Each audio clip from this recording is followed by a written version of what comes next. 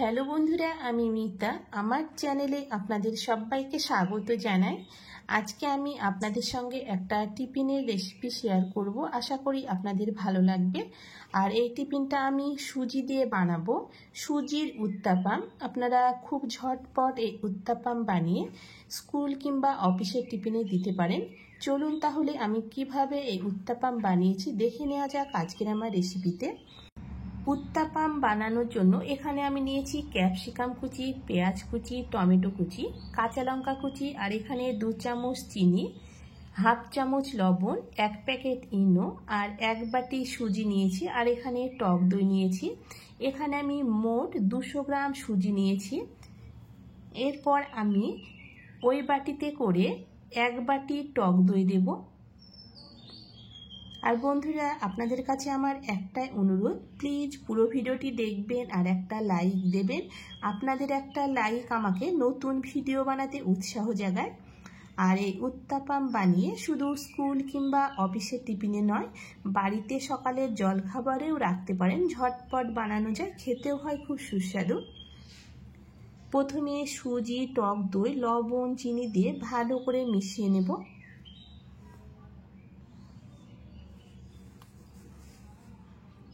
এখানে আপনারা চিনিটা না দিয়েও বানাতে পারেন, কিন্তু যেহেতু আমি এখানে বাচ্চার জন্য বানাচ্ছি তাই চিনিটা দিলে হালকা মিষ্টি হবে, খেতে ভালো লাগবে।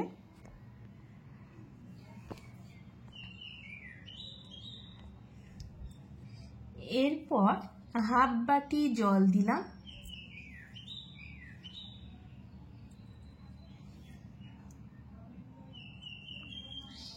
আর বন্ধুরা, আমার ভিডিওগুলি যদি ভালো লাগে প্লিজ বন্ধুরা চ্যানেলটিকে সাবস্ক্রাইব করে আমার পাশে থাকবেন। পাশে থাকা বেল বাটনটি অবশ্যই প্রেস করে রাখবেন। আমি যখন নতুন কোনো রেসিপি দেব সবার আগে আপনার কাছে পৌঁছে যাবে।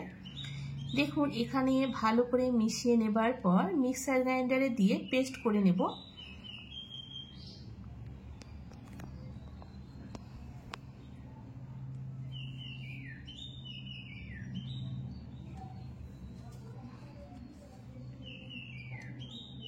এখানে আমি আবারও 1 চামচ জল দিলাম। এক কথায় আমি যে বাটিতে করে সুজি নিয়েছি সেই বাটির 1 বাটি জল দিয়েছি। প্রথমে হাফ বাটি দিয়েছিলাম, পরে আবারও 1 চামচ দিলাম। মোট এখানে আমার 1 বাটি টক দই আর 1 বাটি জল দিয়ে এখানে সুজিটা ভালো করে একটা ব্যাটার বানিয়ে নিয়েছি। দেখুন, এখানে ব্যাটারটা ঠিক হালকা দানা দানা হয়ে থাকবে। দেখুন, আপনাদেরকে দেখাচ্ছি ব্যাটারের ঘনত্বটা। আর ব্যাটারের ঘনত্বটা আশা করি আপনারা দেখে বুঝতে পারছেন। এখানে খুব পাতলাও হবে না এবং খুব ঘনও হবে না, মিডিয়াম ঘনত্বের একটা ব্যাটার বানিয়ে নিতে হবে। আর সুজিটা মিক্সার গ্রাইন্ডারে বেটে নেবার পর ঠিক এইরকম দানা দানা হয়ে থাকবে। দেখুন,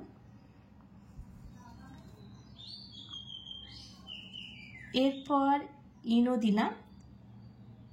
আপনারা এখানে ইনোর পরিবর্তে বেকিং পাউডারও ব্যবহার করতে পারেন। ইনোটা যাতে অ্যাক্টিভ হয় তাই 1 চামচ জল দিয়ে সুজির ব্যাটারের সঙ্গে ইনো ভালো করে মিশিয়ে নেব।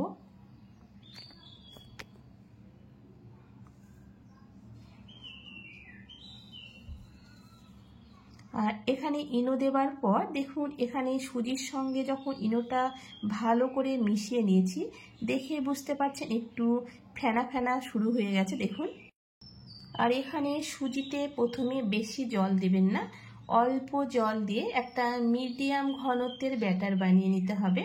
এখানে আমি যে জায়গাতে করে সুজি নিয়েছিলাম সেই জায়গাতে করে 1 বাটি জল দিয়েছি। আপনারা সুজিটা যে জায়গাতে করে মেপে নেবেন সেই জায়গাতে করে জলটা দেবেন, তাহলে জলের পরিমাণটা পারফেক্ট হবে। আর এখানে ইনো দেবার সঙ্গে সঙ্গে টিফিনটা বানিয়ে নিতে হবে।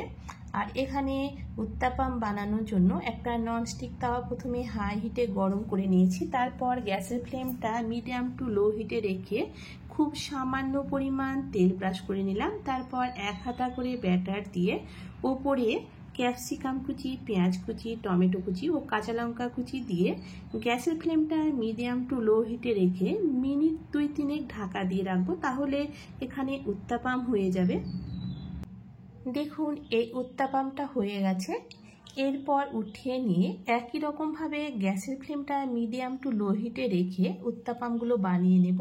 আর এখানে উত্তাপাম বানানোর জন্য প্রথমে একবার তেল ব্রাশ করে নিলে হবে, বারে বারে তেল ব্রাশ করবার কোনো দরকার নেই। একবার তেল ব্রাশ করে নিয়ে গ্যাসের ফ্লেমটা মিডিয়াম টু লো হিটে রেখে উত্তাপামগুলো বানিয়ে নেব। এরপর একে একে ক্যাপসিকাম, পেঁয়াজ, কাঁচা লঙ্কা ও টমেটো কুচি দিয়ে গ্যাসের ফ্লেমটা মিডিয়াম টু লো হিটে রেখে মিনিট 2 ঢাকা দিয়ে রেখেছিলাম। দেখুন উত্তাপামগুলো দেখতে যেমন সুন্দর হয়েছিল, খেতেও দুর্দান্ত হয়েছিল। আর এখানে দেখুন উত্তাপামের তলাটা কতটা সুন্দরভাবে সেঁকা হয়ে গেছে। আপনারা এইভাবে সুজি দিয়ে একবার উত্তাপাম বানিয়ে দেখুন, আশা করছি বন্ধুরা খুব ভালো লাগবে। ভালো লাগলে অবশ্যই চ্যানেলটিকে সাবস্ক্রাইব করে আমার পাশে থাকবেন। আজকের মতো এই পর্যন্ত বন্ধুরা, দেখা হচ্ছে পরবর্তী রেসিপিতে।